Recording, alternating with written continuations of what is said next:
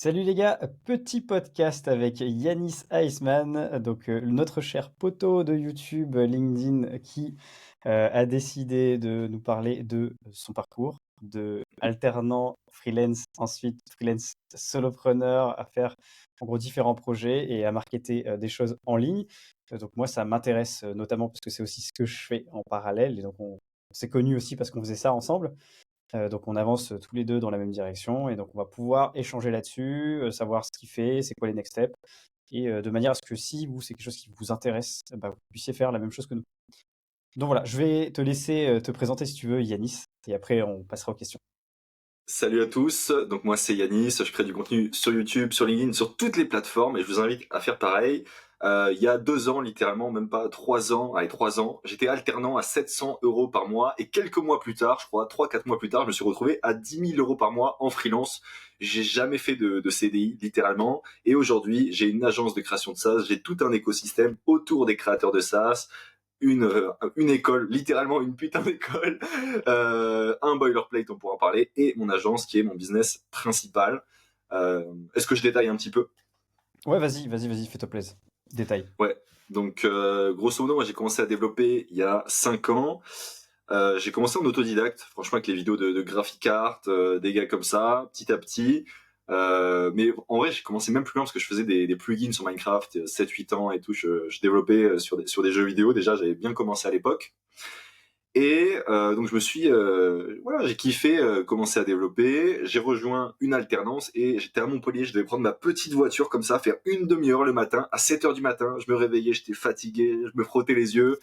J'allais dans un bureau, j'ouvrais YouTube, je mettais la dernière vidéo de Squeezie, et là il y a le patron qui arrive, mince, mince, mince, altab, altab, altab. Je devais changer rapidement et faire genre que je travaille. Du coup, je travaillais pas parce que j'avais pas la même vision que l'entreprise, littéralement. Ça me faisait chier de travailler pour quelqu'un. Je me dis, mais non, attends, le gars, il s'en fout de moi, il me paye 700 euros par mois, je vaux plus que 700 euros par mois quand même. Et donc, je bossais pas, je regardais YouTube. Dès qu'il passait derrière, j'avais une sueur froide et je devais avoir un pic de cortisol, donc de stress dans mon cerveau. Puis, je travaille un petit peu, etc. Mais en parallèle, je suis pas non plus un fainéant. Je suis quelqu'un qui bosse énormément et en parallèle, en fait, je développais mes compétences. Je travaillais en autodidacte. Faut savoir que je travaille 12 heures par jour, 7 jours sur 7 depuis maintenant à peu près 5 ans. Et j'ai commencé aussi à m'inscrire sur la plateforme Malte et j'ai vraiment tout donné pour avoir un bon classement sur Malte. Et en fait, ce qui s'est passé, c'est que j'ai fait une première mission à 1 euro où j'ai travaillé 2 semaines. Littéralement, je suis allé contacter quelqu'un sur LinkedIn. Je lui ai dit, bon, je te fais un truc pendant 2 semaines, si tu veux, je te fais toute ta plateforme et tu me donnes 1 euro. Ça te va ou pas? Il m'a fait bon, d'accord. Et de base, C'est c'était trop pour avoir cher. une. C'est beaucoup trop cher. Oh, je refuse, je refuse. Et limite, c'était un peu louche, tu vois. Et l'échange de valeur, c'était ok. Tu me donnes 1 euro, je suis content, mais tu me donnes aussi une note 5 étoiles sur Malte. Parce que c'est hyper important d'avoir une note 5 étoiles sur Malte, sinon ton profil disparaît. Il est invisible. Donc je travaille pendant 2 semaines, je me donne un fond. Franchement, je suis là, je donne tout en mode Rocky Balboa dans ma chambre sur mon clavier. Je finis le projet, je le présente. Et c'était 2 filles qui géraient une agence. Elles vont en vacances, tu vois, elles font oh, ouais ouais, tu sais, elles sont dans leur voiture pour aller en vacances, je sais pas où. Elles me font ouais ouais, trop cool frérot, t'inquiète, on te met ta note, boum. Je fais en mode ah bon ça va, elles vont me mettre ma note. Je regarde la note un jour plus tard, 4 étoiles et demie. Elles t'ont fucké ton profil. Alors là, c'était terrible parce que j'ai passé 2 semaines à travailler pour 1 euro pour avoir un profil Malte qui allait totalement disparaître. Et du coup, là, j'étais persuadé que j'allais plus jamais avoir de clients, mais c'est mal me connaître. J'ai redoublé d'efforts. J'ai finalement réussi à avoir un bon profil Malte. Et quelques mois plus tard, j'ai un gars qui m'a proposé un contrat de fou malade. Il m'a proposé 4000 euros pour 25 heures par semaine, sachant que les 25 heures par semaine, c'était genre, c'était pas forcément que je faisais 24 heures par semaine, c'était genre le grand max 25 heures, mais des fois c'était 20, des fois c'était 15 heures par semaine que je travaillais. Et il me payait tous les mois 4000 euros, quoi qu'il arrive, donc j'ai accepté direct. Mon alternant, je lui fais, allez, salut. Et Ah, tu voilà, j'ai m'étonnes. commencé. Ah ouais, mec, je suis parti, j'étais trop heureux. Donc là, j'ai commencé à toucher 4000 euros par mois et après, j'ai reçu d'autres projets, d'autres missions et puis j'ai fait mon mois record à 11 000 euros à 21 ans. C'est un peu ma petite fierté.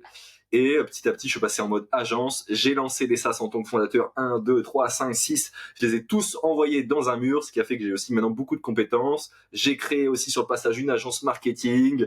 Donc j'ai acquis des compétences marketing qui est pour moi le skill que vous devez développer. Et aujourd'hui, me voilà avec le GOAT, Johan. Yes, trop bien. Voilà, ça, c'est le parcours résumé. On n'aurait pas pu mieux faire, en fait. Je pense que j'aurais pas fait mieux que toi dans tous les cas, ça c'est sûr. Donc merci pour l'explication.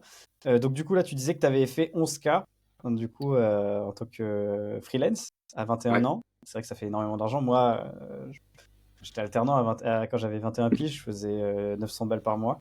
Donc Hmm. c'est vrai que ça fait quelque chose, tu vois, quand on parle de 11 000.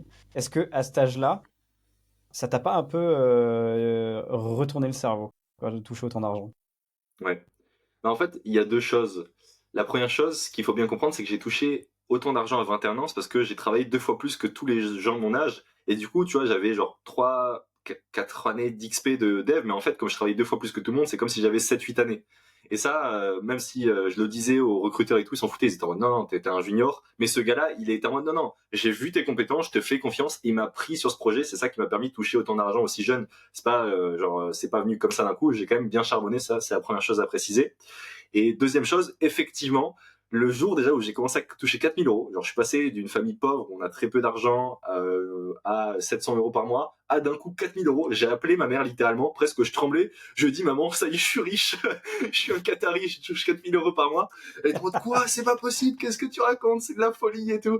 J'ai appelé mes potes et tout, j'aurais dit je touche 4000 balles par mois et tout. Je l'ai dit à tout le monde, j'étais trop heureux. Et quelques mois plus tard, j'ai même touché 10 000 euros par mois. Alors, il y a deux choses. Un, ça m'a fait péter un plomb et on va en parler après. Mais en vrai, genre, littéralement, les gars, ça change pas grand chose à votre vie. Enfin, genre, à partir du moment où t'as assez d'argent pour voyager, faire les trucs que tu veux et tout, ça m'a pas non plus, j'étais pas plus heureux, quoi, parce que j'étais riche. Ça, c'est un peu des conneries. Là, tu as raison de le mentionner. Les gens pensent qu'on est riche, donc forcément heureux, tu vois, Mm, quand on gagne de l'argent. Mais en fait, tu t'habitues. Et c'est pas ça. En fait, mm, tu vas peut-être être plus heureux pendant 2 semaines, 3 semaines, tu vois. Mais mm, après, mm. ça te rajoute du confort, mais pas plus de bonheur. Pas du tout corrélé. Ouais, c'est ça. En fait, j'ai même un souvenir où il y a mon pote qui était comme moi, il était très pauvre, il gagnait pas d'argent, etc. Et lui, il a fait, mec, tu gagnes 10 000 euros, tu vas être trop heureux et tout. J'ai fait, mec, tu sais qu'en vrai, ça fait des années on court après ça, mais bon, ça change pas grand-chose. J'ai été heureux, j'ai eu un pic de dopamine pendant quelques jours, j'ai eu envie de profiter un peu, etc. Et après, je me suis dit, bon, bah, on va aller chercher 20 000 maintenant, et je me suis remis au travail, quoi. Donc c'était, voilà. C'est le challenge de faire plus de cash qui t'intéresse toi aujourd'hui? Ou c'est autre chose? Ouais, jusqu'à maintenant, je fonctionnais pas mal en mode, j'ai quelque chose à prouver, mais je tends à switcher de plus en plus vers un modèle où c'est juste un truc qui m'amuse, la compétition de manière générale. J'ai toujours été un peu comme ça. J'aime bien challenger un peu, taquiner, que ça soit je fais de la musculation, j'aime bien voilà essayer de challenger les performances d'autres personnes. Et en business c'est pareil. Et là franchement c'est peu à peu en train de devenir un jeu vidéo. Je suis toujours un peu en mode j'ai quelque chose à prouver parce qu'on a tous des traumas qu'on a grandi etc qu'on a gardé. Et je pense que j'en ai. Je vous invite à lire le livre Les 5 blessures qui parle très bien de ce sujet. Ouais, donc c'est en train de switcher, c'est vraiment en train de passer du côté jeu. Et j'ai hâte que ça soit vraiment un big jeu vidéo pour que je m'amuse à fond. Donc, voilà. Ouais, carrément. Là, c'est vrai. Moi, j'ai un peu aussi ce schéma-là en tête. C'est je joue à mon propre jeu. Je suis l'acteur principal de mon propre film. Et Mm. du coup, j'ai envie de faire ce que j'aime et pas Mm. me laisser driver par la masse. Donc, non, Mm. non, je comprends totalement ce que tu dis. En fait, moi, ce que je trouve marrant avec toi, je dis aux autres, c'est qu'on a discuté en off, on s'est vu à Montpellier, etc. On s'est rencontrés, on a passé un très bon week-end avec d'autres gars qui sont dans la même mouvance que nous. Et en fait, moi, ce qui m'a assez surpris avec Yanis, et je suis pas le seul à le dire, c'est que c'est vrai que c'est un mec qui est très cultivé, qui tryhard énormément. Je pense qu'il doit être dans le top 1, top 2 de gens qui tryhardent le plus en termes de charge de travail et constance. Parce que tu peux travailler comme un bourrin tous les jours, mais sur la durée, il y a beaucoup de gens qui lâchent. Lui, il lâche pas. Et ce qui est fou, c'est que j'ai l'impression en fait qu'il a une maturité. Enfin, moi, je me revois en lui là, maintenant, à 35 ans, alors que lui, il a la vingtaine. Donc je me dis, quand il aura 35 ans, ça va être une machine de guerre. Donc, en tout cas, je suis super content de m'entourer que de gens comme ça. Et donc, ça fait super plaisir d'ailleurs de t'avoir sur la chaîne. C'est la première fois qu'on fait ça sur ma chaîne.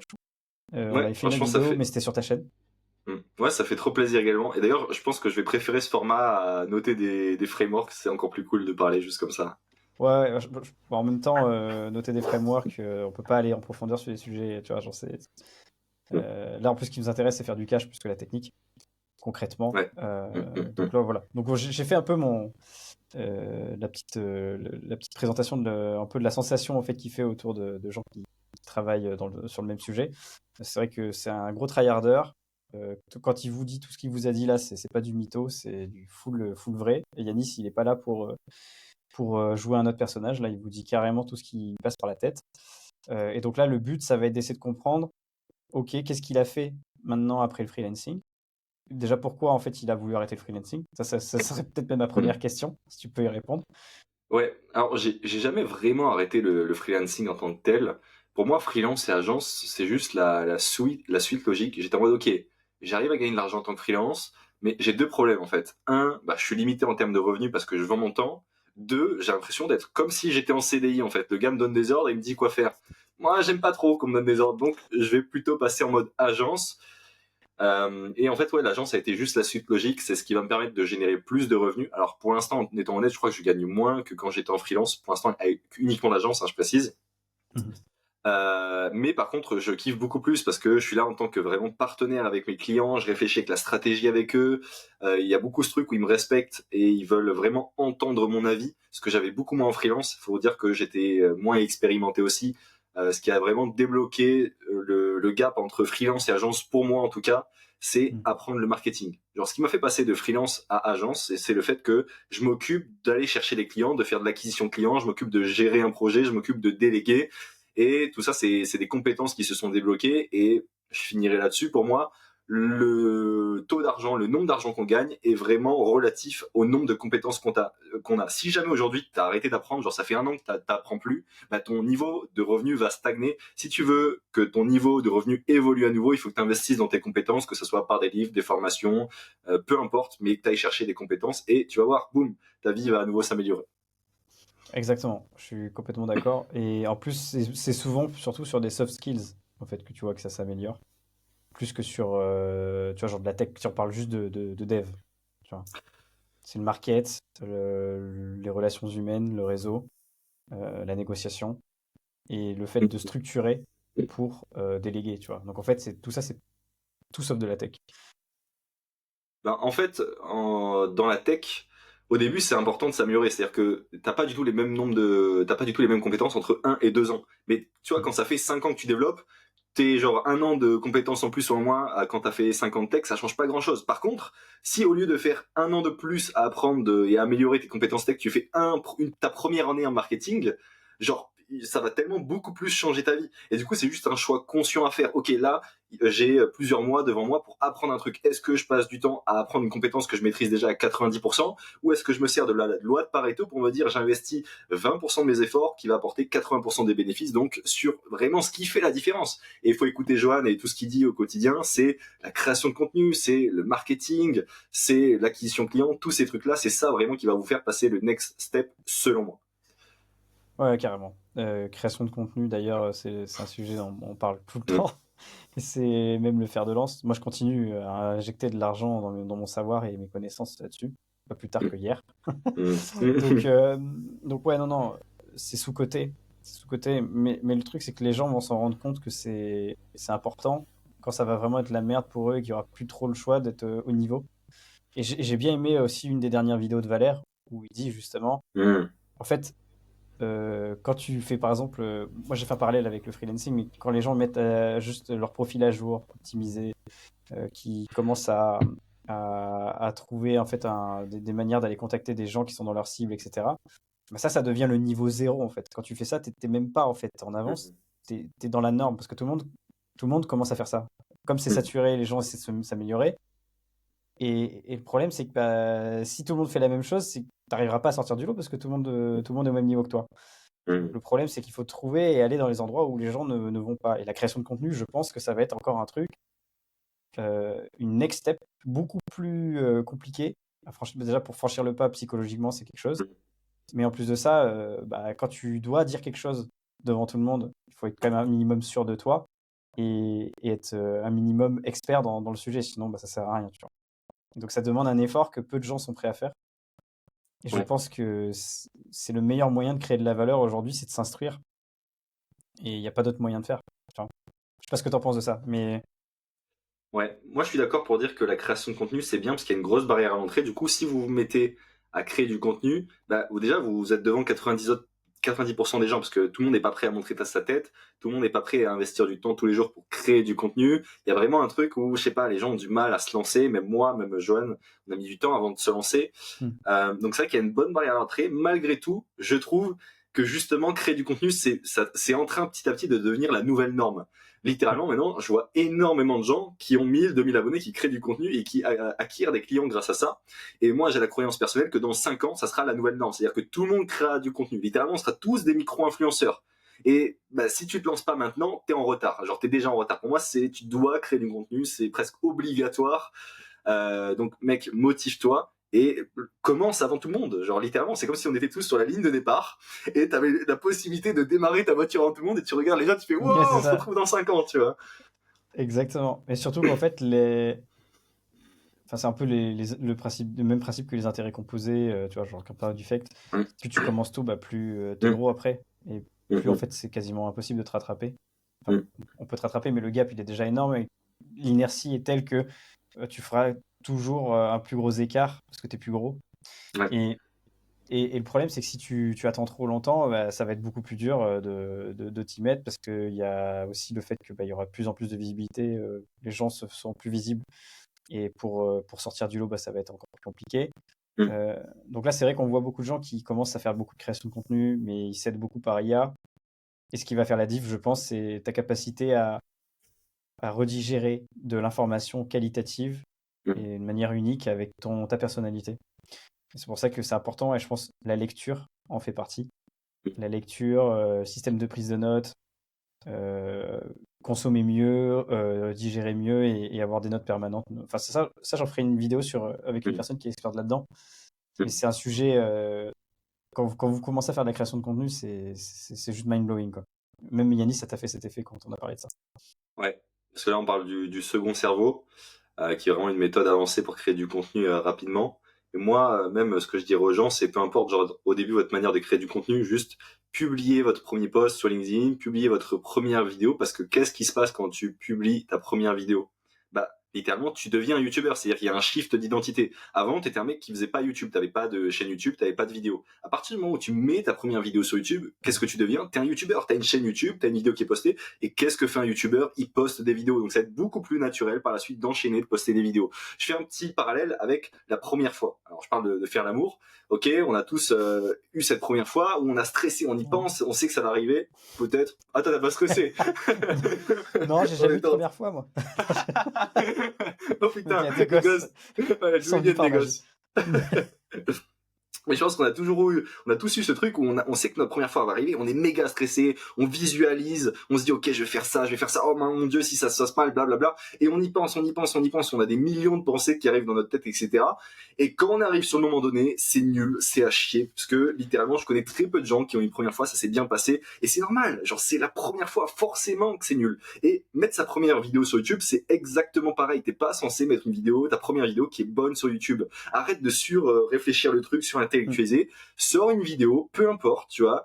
Et honnêtement, si tu sors une vidéo qui est bonne, genre si ta première vidéo est bonne, mec, c'est que t'as sorti ta première vidéo trop tard. C'est comme quand tu lances un SaaS. Ouais, Si ton application est excellente dès que tu la sors, c'est-à-dire que tu l'as sortie trop tard. Et c'est pareil pour une vidéo. Ta première ouais. vidéo doit être nulle. Tu prends ton téléphone, tu parles, tu fais un truc et tu lances ta première vidéo. C'est méga important. Oh, ouais, ça, ce que tu dis, c'est clairement le schéma que je retrouve dans les appels que je fais gratuits. Les gens viennent, me disent, ouais, j'ai voulu terminer mon portfolio, j'ai voulu terminer mon projet, mais Mmh. c'était pas assez au niveau, donc j'ai jamais rien montré, j'ai jamais rien sorti, Mmh. sauf que ça fait des années qu'ils font ça. C'est Mmh. dommage. Plutôt que de se dire, ok, personne n'est parfait, je vais faire un truc qui sera pourri, et de toute façon, même quand je vais regarder en arrière, les trucs que je trouvais bien il y a un an, c'est de la merde. Bah, Mmh. si tu es déjà en train de te dire ça, c'est le meilleur moyen de te lancer dans n'importe quel sujet, en fait. Mmh. Donc ouais, super cool. Et du coup, moi, j'ai la question que je voulais te poser, c'est aujourd'hui, donc tu as plusieurs business, etc. Mmh. Mais quelle est la place de la création de contenu parce que là, on parle de création de contenu, c'est mignon, mais Ouais. c'est quoi concrètement pour toi? Ok, moi, la création de contenu, pour moi, c'est un outil. Donc, c'est une source d'acquisition de trafic. Donc, dans le business, on a trafic, marketing, produit. Donc, le trafic, c'est de là que tu vas avoir de la visibilité. C'est de là que les gens vont venir et voir ton offre. Ok. Marketing, c'est en gros la valeur perçue. Ok, quand tu arrives sur une landing page et que tu veux payer pour un SaaS, tu sais pas le SaaS, t'as pas accès au dashboard, à l'application, etc. Et donc le marketing, c'est la valeur perçue, c'est ce que tu vas montrer. Ok, donc voilà, il y a le marketing, la deuxième étape, et la troisième étape, c'est le produit. C'est ce que une fois que tu as acheté, qu'est-ce que tu obtiens, ok. Et donc pour moi, la création de contenu, c'est ma source d'acquisition de trafic numéro un. C'est-à-dire que actuellement, je n'ai pas de création de contenu, bah, j'ai très peu de visibilité. La seule visibilité que j'avais avant que je crée du contenu, c'était Malte, c'était la plateforme Malte, ok. J'étais super malteur, j'avais une proposition tous les 6 mois. Donc autant te dire que j'avais pas beaucoup de propal de mission. Donc la création de contenu, en fait, tout mon business est basé là-dessus, littéralement. C'est comme si tu avais une maison, les fondations de tout mon business, okay, de tout l'argent qui rentre dans mon compte en banque et qui permet de nourrir mes proches et me nourrir moi, c'est la création de contenu. Tu retires la création de contenu, je suis un SDF, littéralement. Je suis pareil, hein, là, vu que j'ai tout lâché pour faire ça. Ouais, donc, ouais, super important, c'est pas bullshit, les gars. Création de contenu, c'est ce qui peut vous amener de la visibilité et du business. Donc, faites-le. Ouais, Faites-le. ouais, Johan et moi, c'est vraiment les bases de nos business. Et je pense que, alors tu vas me dire si c'est ça toi aussi, mais moi, c'est vraiment YouTube qui a pas mal changé. Genre avant YouTube, franchement, très très peu de visibilité sur les réseaux, suffisamment pour avoir des clients, mais quand même très peu de visibilité. À partir du moment où je me suis lancé sur YouTube, ça a vraiment fait exploser mes autres réseaux.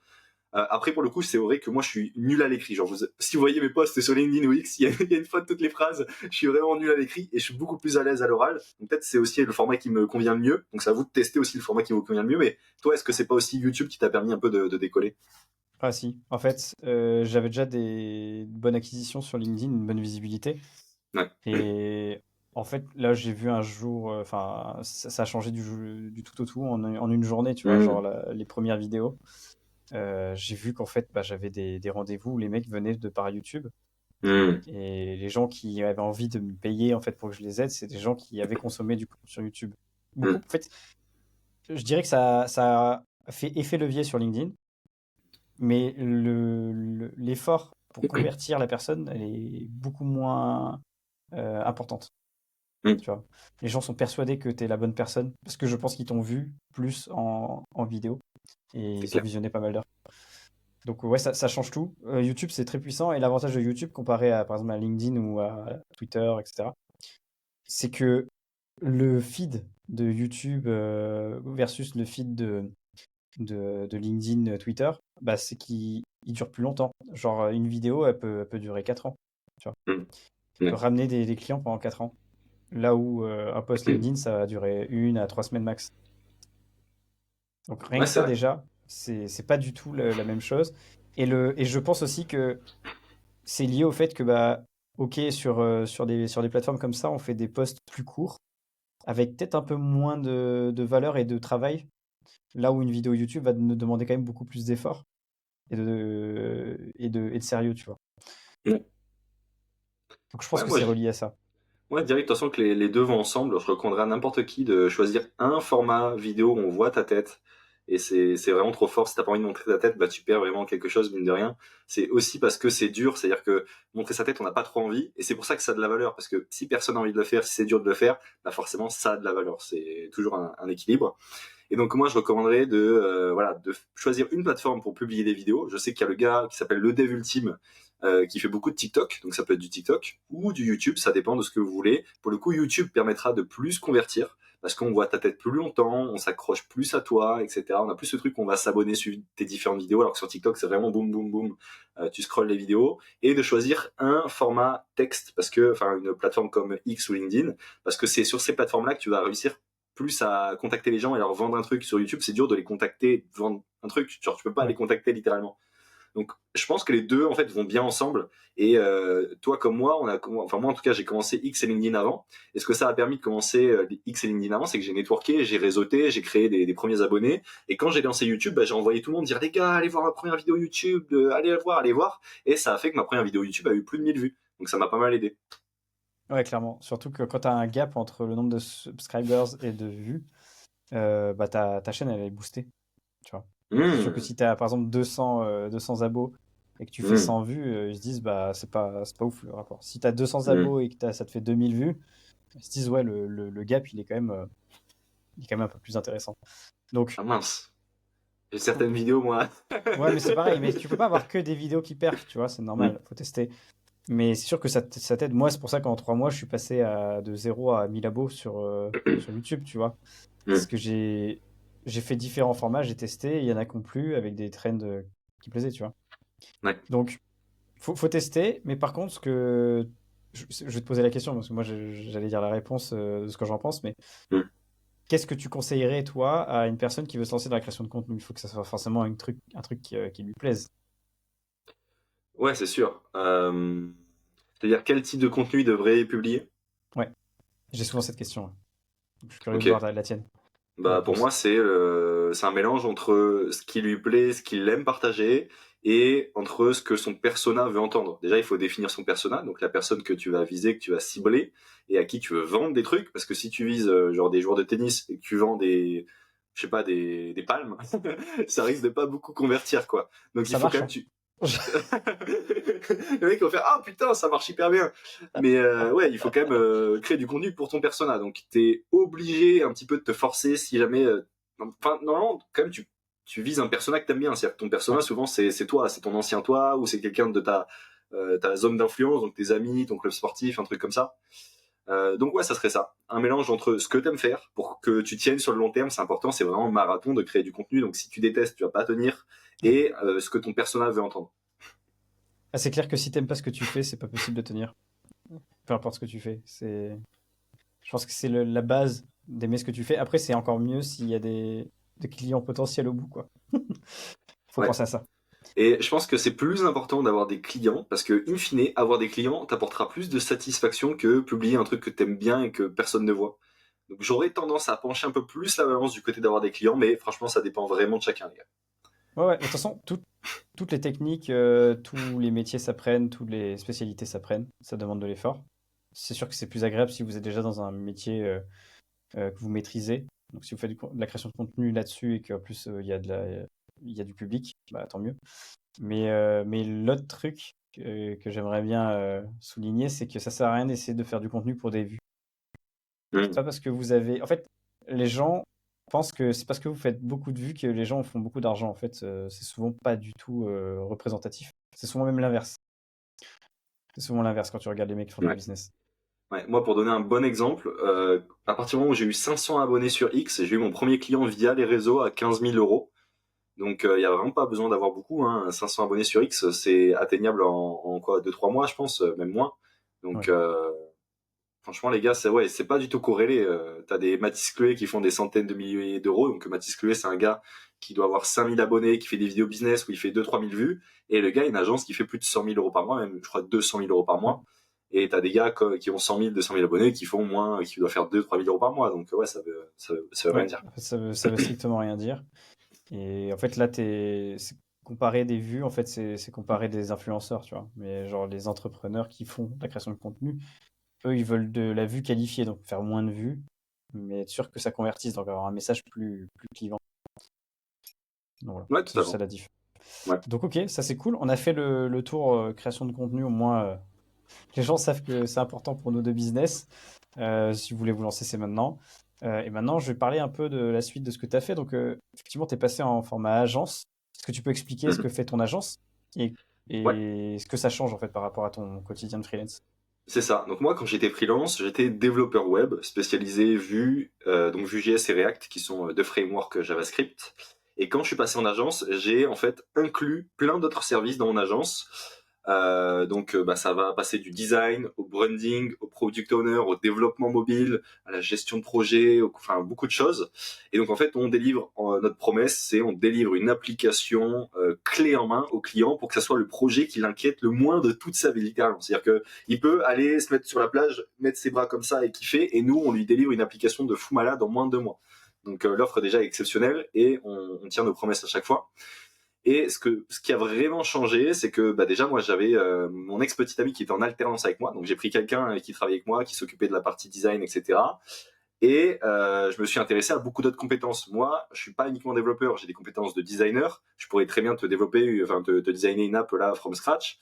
J'ai des compétences de product owner, j'ai des compétences en marketing. Donc en fait, le but là, c'est vraiment de tout faire pour le client. Le client, il n'a pas envie d'aller recruter sur Malte un gars à droite, à gauche, blablabla. S'il vient nous voir, c'est vraiment qu'il est en mode ok, je te fais confiance, tu gères tout pour moi, ça m'arrange et au moins je suis sûr d'avoir un vrai truc parce que moi j'ai genre énormément de prospects qui sont en mode, oh putain, je me suis fait développer une application pour un gars sur Malte, mais en fait c'est nul, c'est nul, et il peut pas le savoir parce qu'il a recruté un développeur. Quand le gars il est tech et que toi t'es pas tech, tu fais comment pour vérifier? Bah tu le fais pas, Ouais. tu vois. Et moi je le sais très bien. Les premiers projets que j'ai fait, je les ai totalement foirés parce que bah c'est normal, t'es développeur junior, tu survends un peu tes compétences, tu dis oui, oui je suis expert, j'ai 28 ans, je m'appelle Brian, toi tu mens totalement, j'en rajoute un petit peu, mais grosso modo bah tu ponds une merde et après le gars bah il doit faire quelque chose avec ça. Et moi je me retrouve Tu ponds souvent. une merde. J'ai eu l'image du gars qui met 2 mois à pondre une merde. Et le client, il est au courant que c'est de la merde qu'après 2 mois, tu vois. Non mais enfin tu vois, tu fais de ton mieux, c'est-à-dire que vraiment moi j'ai des fois où j'ai fait des, tu vois, mes 2-3 premières missions, je les ai loupées littéralement, je les ai vraiment loupées. Et d'ailleurs ça c'est un vrai truc en freelance, on a l'impression que quand tu vas louper un projet, genre on va te poursuivre, la police va t'arrêter et tout. J'ai loupé mon projet, il s'est rien passé. Je lui ai dit bah désolé, j'ai fait de mon mieux. Ok, si tu veux, je te rends une partie de l'argent, voilà, tu vois, genre c'est vraiment rien passé. Souvent c'est un vrai truc, moi je stressais énormément, je me dis oh là là, j'ai travaillé 12 heures par semaine, enfin par jour pendant un mois et c'est quand même pas ce qu'il voulait vraiment. Ah, je suis foutu, tu vois, il va me reprendre tout mon argent et tout. Et souvent, en fait, comme il t'a mis du tien, le gars est en mode, bah, ok, bon, bah, c'est nul, mais, bah, donne-moi une partie de l'argent et Et là, t'as la police qui vient toquer à ta porte dès que t'as push. tic, tic, tic. Ah mais ouais, ça Non, c'est c'est vraiment un clair. message aux développeurs juniors, les gars.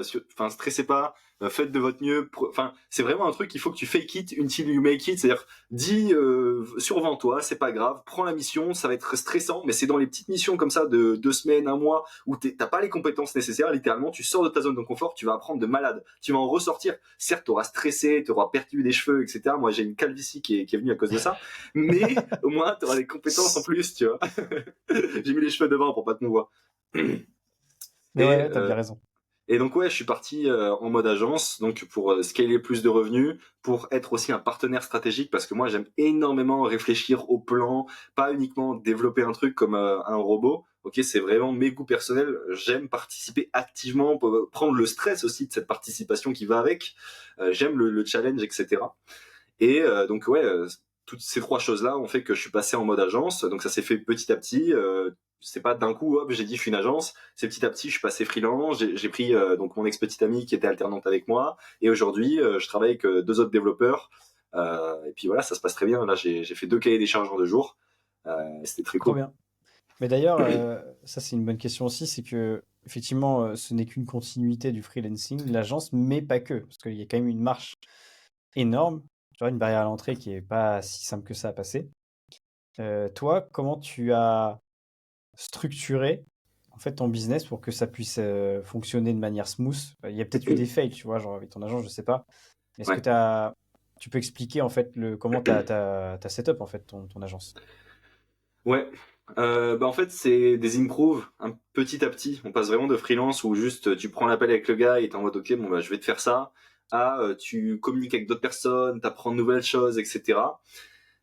Et vraiment la grosse diff, c'est quand tu vas changer ton branding. Il y a un moment donné où vraiment je suis arrivé il y a 6-7 mois avec le branding agence. Alors que j'avais déjà une agence qui s'appelait avant MVP Rocket, mais on délivrait un peu comme des freelances, quoi. On était une équipe de dev ensemble et on délivrait comme des freelances.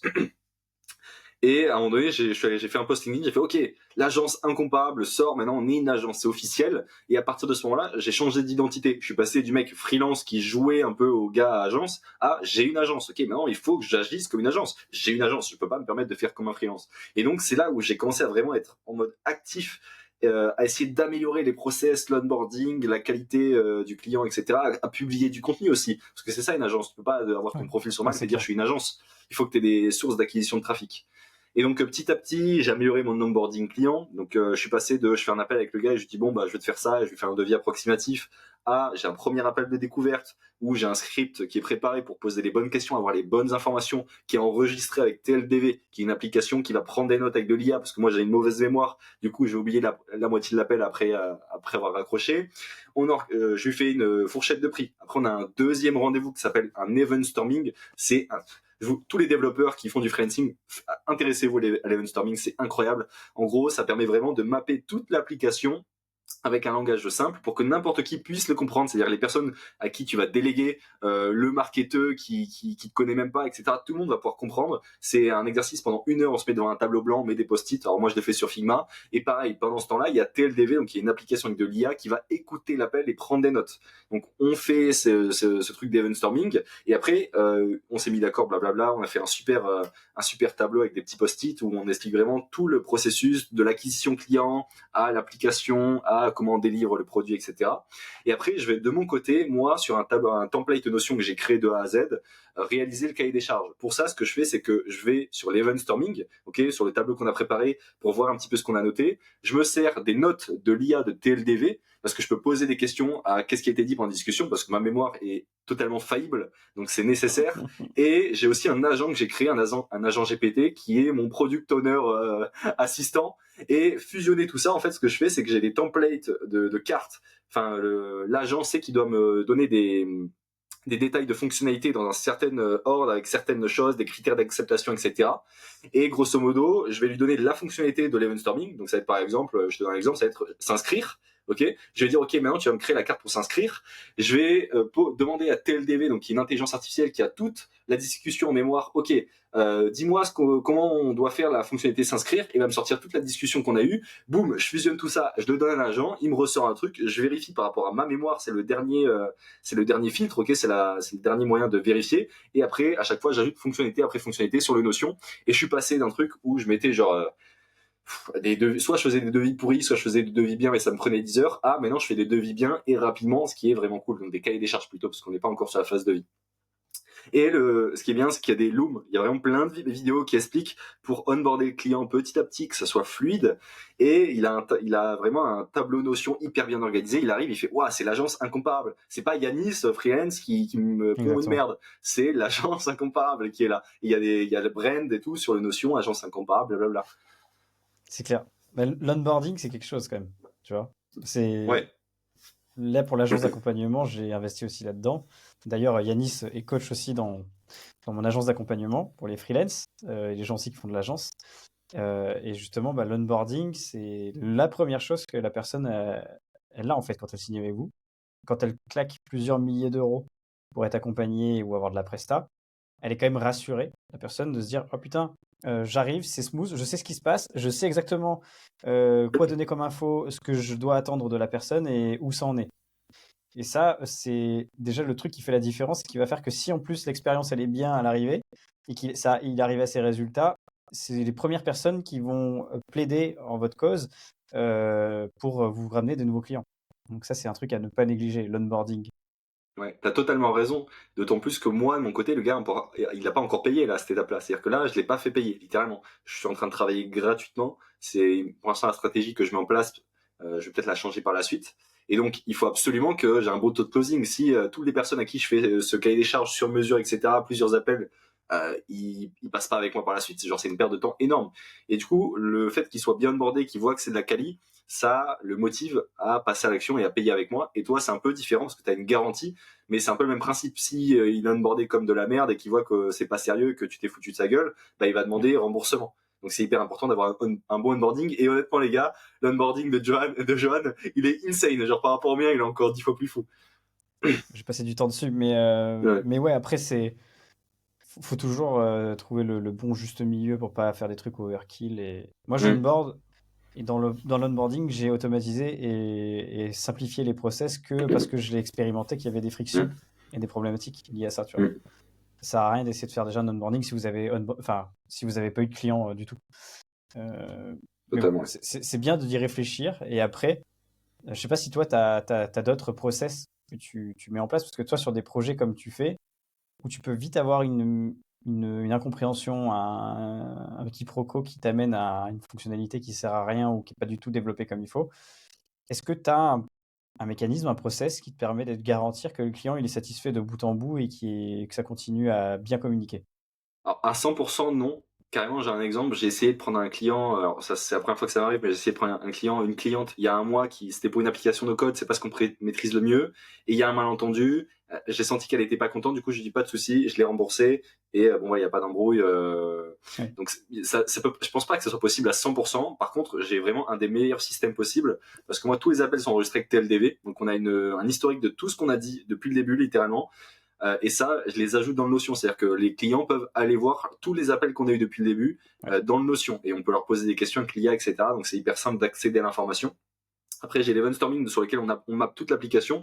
Et souvent, c'est vraiment l'appel pendant lequel je comprends tout ce qui se passe. Avant, l'appel de découverte, c'est en 45 minutes, tu dois comprendre un projet que le gars a réfléchi plusieurs semaines, plusieurs mois. C'est hyper compliqué. Quand je fais l'event storming, ça me permet vraiment d'avoir une vision claire de tout le projet. Je me dis, ah, ok, c'est ça que tu voulais dire par ça, etc. Et ça me permet vraiment de faire un cahier des charges beaucoup plus précis. Et dans le premier appel, ce que je fais souvent, c'est que je fais une estimation assez large. Je peux dire, par exemple, le projet va coûter entre 10 et 30 000 euros. Tu vois, le gars, il est en mode, ah, ok, bah, c'est quand même vachement vaste comme, mais oui, parce que Ouais. en 45 minutes, c'est impossible pour moi de savoir Non, exactement le tu prix, peux tu vois. même en 1 heure, 2 heures, enfin, il faut dive C'est dedans, ça. quoi. Donc, moi, c'est event storming, et en fait, toutes les discussions se passent sur Slack ou Notion. Donc, en fait, on a un historique de tout. Des appels, des discussions par message, on a l'event storming qui est fait avec le document, tout, on a un historique d'absolument tout. Donc, s'il y a un malentendu, on va savoir d'où il vient et on va savoir qui a raison. Ouais, clairement. De toute façon, ça, c'est TLDV, c'est sous-côté de fou. Ouais. Déjà, toi, ça te permet de cadrer, de savoir en fait s'il y a des choses que le client va te demander après coup qui n'étaient pas Mm, du tout prévues. Tu as mm, les traces. mm. Mais en plus de ça, ça te permet même toi de t'améliorer en te réécoutant. Ouais, Et ça, c'est le truc qu'il faudrait qu'on fasse tous. ouais. Parce Et qu'on pense que troisième, des fois on gère les appels, mais en fait pas du tout. ouais, c'est ça. Alors moi, je me réécoute pas, je devrais le faire, j'avoue. C'est un truc que je fais pas, je suis un caca là-dessus. Et troisième chose méga importante, tous les clients avec qui je le fais, je leur propose, je dis, on peut le laisser, ça te dérange pas. Ils font, ah ouais, ouais, trop bonne idée, parce qu'ils sont contents. Eux aussi, ils ont peur qu'il y ait un malentendu. Ils sont contents qu'il y ait un gars qui soit là, enfin une IA qui écoute, pour pas que je lui prenne de l'argent ou que je lui sors un truc qui correspondait pas à ce qu'il a dit au début. Et donc en fait, les clients, ils sont très contents que j'utilise cette application Ouais. finalement. Ah, ça les rassure, parce qu'ils ont Hum, ils ont une trace de ce qui a été dit. ouais. Et si jamais tu viens à litige, bah, ils ont de quoi appuyer leur demande. Mais, mais d'ailleurs, la pire des choses que vous pouvez faire, si un client n'est pas content, c'est justement de ne pas le rembourser, parce que là, vous êtes sûr Hum, que ça va partir. Un seul client mécontent, surtout au début, ça vous fuck votre business. Vous pouvez repartir de zéro. Faut vraiment pas prendre ça à la légère, parce hum. que tout le monde se connaît. Le monde est petit et des mauvais avis, ça vous suit à vie et ça vous fait perdre plus de clients que, ça, vous auriez pu en avoir sans cet avis-là, clairement. Je sais plus dans quel livre j'ai lu ça, mais la stat, c'est un mauvais client te fait perdre 12 autres clients, un Ouais, bon client t'en rapporte 3, pour la petite stat. Donc ouais, ouais, ouais, il vaut mieux éviter les mauvais clients. j'avais vu ça aussi, ouais. Mais d'ailleurs, je sais même plus où c'est que je l'ai vu. Je sais plus si je l'ai vu sur une vidéo ou sur un truc que tu m'as dit, parce que j'ai déjà entendu ces chiffres-là. Hmm, Mais non, c'est violent. Tu vois, on n'a pas envie de ça. hmm. Clairement pas. Je crois que c'est Valère même qui en parle, c'est d'un bouquin. Ouais, peut-être. Je crois que c'est ça. Et faut pas négliger ça. Moi, je préfère surtout, là aujourd'hui, avoir une garantie forte si la personne elle n'arrive pas à ses résultats, mais qu'elle s'est quand même donné les moyens, donc c'est quand même cadré, donc je ne vais pas donner de Hmm, l'argent alors que je travaille. Au moins, je suis sûr que la personne, elle est confiante de se lancer avec moi. hmm, Mais d'un autre côté, elle va appliquer ce que je vais lui dire, donc moi, je suis confiant de ma méthode, donc il y a quand même énormément de chances pour que ça fonctionne. Et hmm. si ça fonctionne pas, on a joué au jeu et voilà, mais ça m'apporte plus de clients que ça m'en fait perdre. Ça, c'est sûr. Ouais. Donc ça, c'est cool. Donc là, on a parlé agence incomparable. Donc là, tu avais fait un boilerplate aussi. Du coup, c'était quoi ta strat par rapport à ça? C'est ça. Donc pour ceux qui connaissent pas, Boilerplate, c'est une base de code qui permet de lancer des SaaS plus vite parce qu'il va avoir toutes les fonctionnalités de base, authentification, abonnement, gestion des utilisateurs, des espaces de travail, etc., etc. Enfin, toutes les applications qui sont nécessaires pour lancer une application qu'on va retrouver sur toutes les applications. Donc moi, j'ai créé un boilerplate pour justement mon agence, pour m'en servir moi au sein de mon agence sur chacun de mes projets et gagner un temps de fou. Parce que littéralement avant, j'essayais des boilerplates à droite à gauche et je mettais du temps à rentrer dans le code, à comprendre ce qui se passe, à le prendre en main, à m'en servir comme il faut. Des fois, les boilerplates sont pas forcément hyper quali, ce qui fait que tu délivres des applications moyennes. Des fois, il n'y a pas de design. Nous, c'est un truc qu'on a mis dans le boilerplate incomparable. Et d'ailleurs, vous pouvez le procurer. Le lien est en description. Attends, j'ai fait du Voilà. marketing quand même. Le Il a lien est en poussé un lien dans description. ma description. Vas-y, go, je le mettrai. Super. Donc ouais, nous en fait on a ajouté le design aussi. On a créé un design system. On a travaillé avec un designer qui s'appelle Umut, qui est élu designer, enfin un très bon designer par Framer, etc. Donc on a fait vraiment un truc où tu as le design, genre tu peux designer même en étant juste un développeur une app de A à Z. C'est-à-dire qu'aujourd'hui t'es pas designer, t'es nul en design. Tu prends le boilerplate, tu prends le design system et c'est comme du no-code. Tu déplaces les éléments au bon endroit et tu peux créer une interface hyper rapidement. Ce qui fait que moi par exemple là je vais chiffrer un truc pour un client à 2500 €, ça va me prendre une demi-journée à faire. C'est quand même génial. Et le gars a raison de payer 2500 € pour n'importe quelle agence, tu factures ça même plus. C'est juste que moi, j'ai créé un système qui permet de le faire hyper rapidement et hyper quali. C'est ça. Et en plus, on a plusieurs thèmes, etc. Enfin, bon. Et après, il y a la base de code, après, il y a la communauté, et surtout, le plus important pour moi, c'est qu'il y a une formation. C'est-à-dire que quand tu rentres dans un boilerplate, en fait, souvent, c'est pas ton code. T'es là, mais qu'est-ce qui se passe? Je comprends rien, j'ai mal au crâne, aidez-moi, quoi, des doliprane. Là, t'as une formation qui t'explique pas à pas, ok, tu fais ça, tu fais ça, tu fais ça, tu fais ça, boum, et tu sors un SaaS 10 fois plus vite. Donc en fait, grosso modo, j'ai sorti ce boilerplate dans un premier temps pour mon agence, mais aussi les gars, si vous voulez vous le procurer. Alors attention, par contre, on n'accepte personne d'autre que les développeurs Next.js, sinon vous êtes exclus d'un comparable kit. Donc ouais, c'est un boilerplate Next.js et on a aussi une communauté dans laquelle on se fait passer les opportunités en termes de travail. Et d'ailleurs, j'ai un associé qui bosse avec moi sur un comparable kit que j'ai recruté parce qu'il a pris un comparable kit littéralement. Donc là, j'ai un associé qui bosse avec moi parce que j'ai pas trop le temps de bosser sur tous les projets. Et donc, tu vois, on a fait une connexion humaine, on s'est hyper bien entendu, on a discuté, etc. Et maintenant, c'est mon associé sur un comparable kit, c'est lui qui développe les nouvelles features. Et là, pour la petite histoire, on est en train de développer une feature où c'est un dark pattern pour essayer de se désabonner. Grosso modo, tu sais, sur tous les SaaS, tu dois à chaque fois cliquer sur oui, je veux me désabonner, oui, je choisis la raison. Ah non, attends, t'as un code de réduction de 90%, blablabla. Ouais. Et là, on est en train d'ajouter ça parce que pour réduire le churn sur tous nos SaaS. Donc voilà, c'est marrant. Ouais, mais ça, c'est un bon pattern, hein. Je sais plus qui m'a fait ça dernièrement, je sais plus quel outil. Mais c'était vraiment hardcore, quoi. Genre, ils ont poussé le vice très très loin jusqu'à me dire moins 90% pendant un mois. Genre, t'es là en mode, bon, ok, je vais peut-être prolonger, tu vois. C'est Mais Tweetenter qui est un SaaS qui faisait ça. Il mettait 1 € le prochain mois. Donc normalement ça le faisait qu'une fois, tu vois, tu essayes de te désabonner, tu prends l'offre et après ça le refait plus. Eux ils l'ont fait 2 mois d'affilée. Pendant 2 mois d'affilée tu peux avoir putain. 1 € d'abonnement. Ouais, mais en même temps, ça marche, hein, ils trouvent tous les moyens pour faire de la rétention. Ouais, c'est Et ça. tu vois, genre en plus, des fois, ça leur change rien, tu vois, genre au niveau du coût, d'avoir un utilisateur qui. Enfin, c'est mieux d'avoir 1 € fois 1000 utilisateurs qui se barrent pas que 0 €, tu vois. Genre, Je pense que c'est surtout intéressant pour réduire le churn. Si tu veux vendre par la suite le SaaS, le fait que les gens soient ouais, restés et que t'aies pas trop de coûts en termes, tu vois, c'est un SaaS quoi, t'as pas trop de coûts, ça va rien te coûter qu'il utilise ouais, c'est l'application, ça, surtout qu'il doit pas qu'il soit là l'utiliser ou beaucoup. pas, mais du coup, c'est du cash en plus. Et du coup, peut-être que si tu veux vendre par la suite, le fait d'avoir un peu de churn, les gens vont se dire ah c'est intéressant parce que le churn, donc qui est Ouais, le taux de personnes qui quittent un SaaS, qui arrêtent l'abonnement, c'est hyper important pour se faire racheter son SaaS et donc ça peut être intéressant de le réduire avant de le vendre. c'est vrai que pour la vente, c'est une des KPI en fait qui est regardée.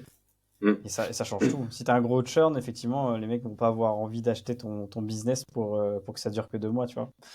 Ouais.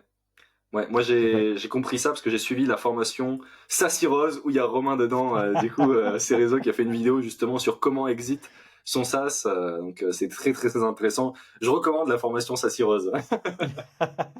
Ouais, donc, bah, tiens, on va parler de ça. Donc, désolé les gars, je viens juste de relancer la vidéo, je l'ai coupée par mégarde. Du coup, ouais, la question que je voulais te poser, Yanis, c'était là, on a parlé de ton boilerplate. Donc maintenant, là, tu parles de Sassy Rose. Est-ce que tu peux nous expliquer ce que c'est? Ouais. Donc grosso modo, moi je suis en train de créer un écosystème, c'est-à-dire j'ai plusieurs produits et plusieurs sources d'acquisition pour aider les créateurs de SaaS. C'est vraiment mon but, aider les créateurs de SaaS, leur apporter le maximum de valeur. Pas parce que je suis Jésus et que j'ai envie d'aider tout le monde et que je suis hyper sympa, parce que en fait c'est plus j'apporte de valeur aux gens, plus je les aide, plus ils vont donner de l'argent. Et donc c'est hyper satisfaisant d'aider les gens et de gagner. Bon, ça, c'est pour l'explication généraliste. Donc, un de mes produits, c'est Sassy Rose. C'est une école, littéralement, pour arrêter de lancer des side projects qui font pas d'argent, arrêter de passer 6 mois, comme moi je l'ai fait, aller voir mes vidéos sur YouTube, j'en ai fait plein des SaaS comme ça, où tu passes 6 mois à développer un truc, t'es amoureux, genre tu sacrifies ta vie pour ce SaaS et il fait 0 €. Sassy Rose, grosso modo, c'est une formation qui te permet de lancer des SaaS qui font de l'argent. Genre, quoi qu'il arrive, tu vas avoir les compétences marketing, l'acquisition client, le plan d'action pour faire des SaaS qui font de l'argent. Je te dis pas que tu vas être riche, mais je te dis pas que tu vas faire 10 000 €. Peut-être, et franchement, ce serait hyper cool, mais tu vas générer de l'argent avec tous tes projets. Donc, grosso modo, Sassy Rose, c'est une école avec 6 autres formateurs. On a réuni les Avengers du SaaS avec Romain Cerezo, Eric Gabrielli, des gars qui ont lancé des SaaS à plus de 20 KMRR et des formateurs experts sur certains sujets, comme Dimitri Leroc, Raphaël Auréac, Florent Turin, bref, une équipe de tueurs, Ramsey, pour pas que j'en oublie un. Et je vous conseille d'aller prendre parce que c'est en réduction. Voilà, petit coup promo, attention warning. Vas-y. Mais c'est Écoutez vrai, bien. c'est vraiment la promo là. Je pense à l'heure à laquelle il publie, il reste 24 heures où c'est 697 € à la place de 1497 €. Et le lien en description. Et les prochaines réductions, peut-être pour Noël, on verra, mais peut-être pas 697 €, c'est un peu abusé. Ok. Bah cool. Du coup, n'hésitez pas à aller voir en description son offre et tout ce qu'il fait. Effectivement, Allez je voir connais surtout, les. Ouais, je me vas-y, permets vas-y. de te couper, allez voir surtout la landing page qui est faite par le frère de Johan, qui est vraiment incroyable. Peu importe que vous prenez l'école ou pas, les gars, vous faites ce que vous voulez, mais allez voir les LP. Genre, il y a les Avengers, littéralement, on a des super pouvoirs quand on met la souris au-dessus de nous, c'est trop stylé, donc GG à lui. Et on Ouais, c'est mettra vrai. son lien dans la description parce que il est très fort. Ok, vas-y, on rajoutera ça. Faut que je regarde la vidéo en entier pour savoir tous les liens que je vais mettre. Oui, ouais, ouais. Euh, ouais, du coup, top. Et moi, je peux rajouter ce que j'étais en train de dire, c'est que les gens là qui sont, la majorité des gens que tu as mandatés pour ce cours Mm. sont des gens qui maîtrisent vraiment bien leur sujet et qui ont des appétences vraiment pointues sur des domaines marketing, design, etc. Et donc, ça vaut vraiment le coup. Parce que même si vous ne faites pas effectivement les 10 000 € de MRR tout de suite avec une école comme ça, il y a un moment donné, tous les concepts que vous avez appris là vont vous servir à vie et vous permettront d'y arriver à un moment donné. Peut-être pas sur votre premier projet, mais vous aurez toutes les clés qu'il faut avec les personnes qui ont tryhard sur ces sujets-là. Ouais, c'est le compound effect dont tu parlais tout à l'heure, j'ai pas le mot Exactement. français. Ouais, les intérêts composés. Intérêt composé, ça. En fait, Ou imaginons les là, effets composés, ouais. Mais... c'est ça exactement. Là, imaginons, tu prends l'information, tu améliores tes compétences marketing de serait-ce, alors franchement, tu vas les améliorer de fou, mais imaginons serait-ce que 10%. Imagine, genre, comment ça va tout changer sur toute ta vie. Tu vas être Ouais. 10% plus bon tout le restant de ta vie, genre, c'est incroyable. Bref. Ouais, exactement. Bah, je crois que c'est 1% tous les jours, enfin 1% meilleur tous les jours égale en 3 mois, tu fais x2, quoi. Tu vois. Je crois que c'est ça le ratio. Mais c'est vraiment sous-estimé et je préfère m'améliorer un peu tous les jours que d'essayer de faire beaucoup mieux du jour au lendemain et en fait après redevenir une sous-merde, tu vois. Genre, ça n'a pas ça a pas vraiment de valeur de faire ça comme ça et surtout que tu te crames. Donc, On a dit beaucoup le mot merde ou caca dans ce ouais, podcast. ça va faire des bips. Alors, la flemme, je vais laisser tel quel. Mm. Mais voilà. Donc, allez-y. Franchement, même tu as le school gratuit. D'ailleurs, tu n'as pas parlé de ta strat. Ça peut être intéressant aussi de parler de ta strat. Si tu veux, si on a le temps, je peux parler un peu de ma strat. Ouais, allez, vas-y, fais 5 minutes pour parler de ta strat. Pourquoi tu as un school gratuit et Ouais. pourquoi tu as un school payant? Donc, grosso modo, j'ai aussi Sassy Rose qui est gratuit. En fait, c'est la première partie de la formation où tu peux trouver, valider une idée et créer un plan d'action. C'est-à-dire, avec un agent GPT, tu vas discuter avec un agent GPT, on va le faire ensemble, tu vois, dans une vidéo, et il va te donner toutes les actions à mettre en place pour aller vérifier que ton idée va générer de l'argent. Et pourquoi j'ai donné cette partie hyper intéressante de la formation gratuitement? Parce que le but, c'est d'attirer plein de gens sur le school, de créer une communauté sur ce school, de récupérer donc des prospects sur ce school, et une fois qu'ils ont vu que je leur ai donné plein de valeur, ils vont se dire ah ok Sassy Rose, maintenant je suis plus convaincu que ça a apporté vraiment de la valeur parce que quand je te présente Sassy Rose, ça se trouve t'es en mode bah mec, ça se trouve tu mens, genre ok la landing page est jolie, mais ça se trouve derrière c'est que du caca et ça vaut pas grand chose. Mais si je te présente mon school gratuit, que je te dis regarde là c'est genre 1% de la formation, regarde comment c'est excellent.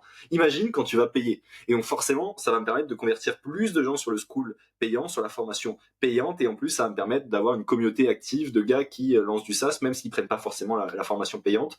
Et donc moi ma stratégie c'est de rediriger tout le monde vers le school gratuit. Après la réduction, parce que là c'est en réduction, du coup je profite pour parler de la formation directement. Mais après la réduction, une fois que la réduction sera partie, qu'on sera à nouveau à 1497 €, je vais amener tout le monde sur le school gratuit et ceux qui seront les plus déterminés iront sur la formation payante, tout simplement. Yes. Bon, bah, c'est cool. Et du coup, est-ce qu'il y a des aspects que tu n'aurais peut-être pas mentionnés par rapport à Sassy Rose que tu avais envie de dire? Genre, quels sont par exemple les sujets de A à Z là, qui sont abordés au travers Ouais. de ton cours? Bah, déjà, il y a la préparation de comment valider l'idée, préparer un plan, ce qu'on appelle go-to-market, et trouver ce que personne fait. Et ça, d'ailleurs, c'est dans le cours gratuit, trouver les hypothèses et les inconnus. Genre, c'est méga, méga important. Et c'est pour ça que sans doute tu loupes actuellement tous tes side projects. Tes side projects ne font pas d'argent, c'est parce que tu n'as pas tes inconnus et tes hypothèses. Donc ça, c'est la première partie, c'est vraiment on prépare le plan. On est en mode, ok, tu vois, comme un chef de guerre, on dit on va faire ça, ça, ça, ça, ça, et c'est ordonné, c'est organisé, c'est pas on fait n'importe quoi, on part dans tous les sens. C'est hyper important. Deuxième partie, c'est, il me semble, alors j'ai plus la deuxième partie, mais je vais passer direct à la troisième. Mais il y a une deuxième partie hyper intéressante que j'ai littéralement oubliée parce que j'ai une mauvaise mémoire. Mais on t'apprend à faire un écosystème. Il y a vraiment toute cette stratégie de tu deviens entrepreneur et pas juste un créateur de SaaS. Vraiment, on englobe un peu tout. Après, il y a les différentes méthodes, comment construire vraiment un bon SaaS. Tu as une masterclass de 2 heures avec Raphaël Auréa, qui est une agence de design, où il t'explique vraiment comment créer une landing page facilement en 2 heures. Et après, tu as toute une partie, donc là, c'est construction du SaaS, tu as plein de vidéos sur ce sujet-là. Quelle méthode choisir, no code, comment recruter. Tu as toutes ces vidéos vraiment qui vont te permettre de créer un SaaS sans être développeur, ou même si tu es développeur, là, c'est encore mieux.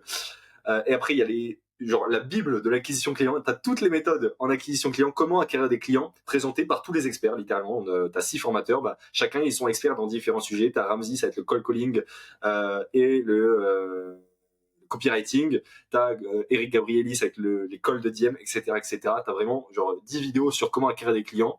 Et après, t'as la partie scaling, comment à partir de genre 500 euros par mois, tu passes à 10 000 euros par mois. Et t'as là des experts, des gars qui ont déjà lancé des SaaS, qui font beaucoup d'argent, qui t'expliquent comment faire.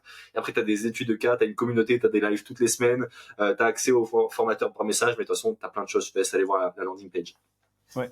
Et ce qui est intéressant avec ce que tu as fait, c'est que tu t'es pas dit, allez, moi je vais faire une formation de A à Z pour expliquer tous les aspects indispensables en fait pour lancer un produit, un projet. Ouais. Là, tu as fait appel à des gens qui ont déjà une grosse expertise sur le sujet, mais qui en plus Mm. l'ont fait pour eux et ça a marché pour eux. C'est ça qui est intéressant.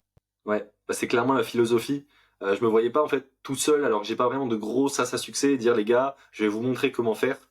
Je trouvais ça beaucoup plus pertinent parce que le SaaS c'est quelque chose de très complet, de prendre des experts sur chaque sujet pour faire vraiment parce que l'objectif, je sais pas si on y est, j'espère, mais l'objectif c'est de faire la meilleure formation pour marketer son SaaS, pour faire un SaaS qui fait de l'argent. Et moi tout seul, je pense pas que les gens m'auraient cru, ils m'auraient dit bah mec, t'es mignon mais t'as pas de SaaS, ça a plus de 10 000 euros par mois Ouais. donc on ne croit pas. C'est aussi bête que ça, tu vois. Même si je peux avoir toutes les compétences du monde, j'ai pas un SaaS à plus de 10 000 euros pour moi et du coup les gens auraient fait mec on ne croit pas trop. Donc je me suis dit tant qu'à faire, autant profiter pour créer la meilleure formation Ouais. ever. Je sais pas si on y est honnêtement, j'espère, c'est le but. Et puis voilà, on va essayer de. Il y a un autre formateur qui arrive dans 2 semaines. Trop bien. Tu veux pas spoil?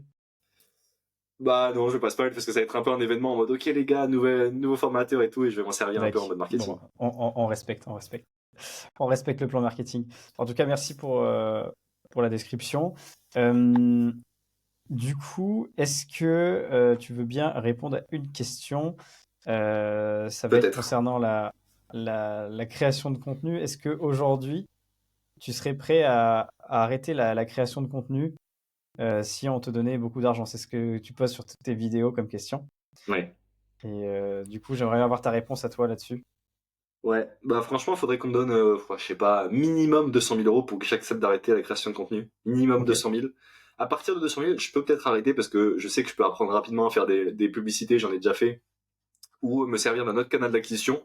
Donc c'est pas non plus limité à la création de contenu, mais c'est vrai que c'est comme si tu jouais le jeu en mode hardcore, quoi. T'es sur Minecraft, t'as un hacker tout le temps si t'as pas de création de contenu, c'est hyper dur. Donc exactement. ouais, je dirais au moins 200 000 euros pour que je puisse accepter d'arrêter de publier du contenu à vie. Ah ouais, vie, ok. Ok. Super Et intéressant. toi? Je pense que j'accepte même pas pour 200 000. En vrai. Hmm, hmm, Je- En fait, ça va même au-delà de l'argent. Parce que, effectivement, il y a un moment donné où tu peux me donner beaucoup d'argent. Il y a peut-être un moment donné où je vais craquer, tu vois. hmm, Je pense que le seuil, il est assez élevé. C'est parce que je trouve aussi de la satisfaction à le hmm, faire. C'est ce qui me permet aussi de networker. C'est ce hmm. qui me permet de faire de l'organique. Tu vois, genre faire des pubs juste avec les ads, c'est compliqué, surtout quand t'as pas énormément de cash de côté, tu vois. C'est avec moi, le petit truc qui m'a manqué, qui me fait penser, c'est le networking. Alors, je trouve ça trop intéressant de pouvoir rencontrer des gens qui ont les mêmes valeurs, qui ont les mêmes objectifs. Et c'est ça qui m'a fait le plus gagner, honnêtement. Tu vois, c'est rencontrer des mecs comme toi, ou les mecs du SDD Crew. C'est pas tant, ça, c'est vraiment une plus-value de fou que j'aurais pas avec les ads. Et c'est vrai que ça me fait réfléchir à mes 200 000. Tu vois, 200 000, je trouve que Mm. c'est. Mm, Je pense mm, que tu perds sur le long terme large. mm. Ouais, peut-être, ouais. Tu vois. Parce que Mm, 200K, sans vouloir être prétentieux ou autre, je sais très bien que les 20 à 50 000 euros par mois, ça va arriver assez vite, tu vois, avec le mm, business. mm, mm. Donc, en fait, 200K, tu vends tes fesses, en fait, en faisant ça. Ouais, c'est vrai. Je suis d'accord. En fait, en plus, surtout, quand tu fais déjà 10 à 20K en freelancing, le mode agence, tu l'exploses, ce palier, tu vois. Donc, 200K, tu vois, genre, je trouve que c'est... Au final, pour avis, tu vois, c'est hardcore. Ouais. Bah, je vais pas changer de réponse, parce que j'ai envie de rester cohérent, mais au fond de moi, j'ai changé de réponse. Ok. En fait, tu regrettes d'avoir vendu tes fesses à 200K. C'est ça, exactement. Tu m'as fait vite Ouais. changer d'avis, mais je peux pas le dire parce que sinon ils vont dire, mec, on te fait pas ça sinon changer d'avis, toi. Oui, ok, oui. Il m'a convaincu. Tu vois, genre, parce que même si on te donne 1 million d'euros, ok, donc là, ça commence à devenir vraiment intéressant parce que tu peux faire des choses très intéressantes avec 1 million d'euros. Hmm. Mais ça veut dire que, ouais, enfin, tu te restreins énormément sur tous les domaines et peu importe le métier parce que la création de contenu, ça touche tout, quoi. Ouais, c'est vrai, mais après je me dis, tu vois, même 200 000, je suis en mode, ok, bon, je vais voyager, je vais kiffer ma vie, j'investis dans un truc et je continue du business et ça se passe très bien. Je suis en mode, pourquoi pas. Mais c'est Oui, vrai mais que je 200 pense 000 est que léger. c'est léger, mais t'as toujours moyen, même, je pense, tu vois. Ça peut être enfin, ça peut être soumis à réflexion. Mais là, aujourd'hui, vu que c'est le pilier le cœur de mon business, ça veut dire est-ce que je suis prêt à m'asseoir sur ce que je suis en train de construire pour 200K, quoi. Je pense pas. Ouais, je suis d'accord, mais moi c'est aussi parce qu'en ce moment je suis dans un switch où je veux beaucoup moins travailler, essayer de passer beaucoup plus de temps pour moi. Et du coup, dans ce switch-là, ça correspond bien à cette mentalité de dire, ok, si en fait, littéralement, je vends mon business là, je vends mon business pour 200 000. Je suis en mode, bon bah, j'ai 200 000 et je peux aller Ouais. vivre un peu ma philosophie de profiter. Mais il faut quand même que je puisse continuer à faire de l'argent, sinon les 200 000 ils vont vite s'écouler. Ah ouais, moi, clairement. Surtout si tu fais un mauvais placement et tout, enfin, à 200 000, en fait, ça va vite, hein. Tu vois. Ouais. Donc ouais, merci d'avoir répondu à la question, parce que dans toutes tes vidéos, je veux que tu la poses. Mm. Donc je voulais avoir ta réponse. Et voilà. Bah, Et écoute, répondez-nous en commentaire, les gars. On veut savoir vraiment. C'est pas du tout pour le. Non, c'est pas du tout pour l'algo. Arrêtez, arrêtez. C'est vraiment, on veut savoir. On va tout lire. surtout que la majorité des gens ne font pas de création de contenu, donc ils vont te dire bien évidemment que oui. Donnez-moi Oui, 200K. oui. Donnez-moi 500 euros, je le fais. C'est ça. Du coup, ok, bah merci à toi, mec. Je pense qu'on a tout dit. Est-ce Merci que tu as beaucoup le pour mot de la l'invite. fin pour les gens de la chaîne qui nous écouteraient? Ouais. Créez du contenu, les gars. C'est méga important. Faites-le pour vous. Ça va vous aider. Peu importe 10, 20 abonnés. C'est déjà mieux que zéro. Donc, let's go. Yes, let's go. Bon, bah sur ce, les gars, bonne journée et à la prochaine. Ciao, Ciao. ciao.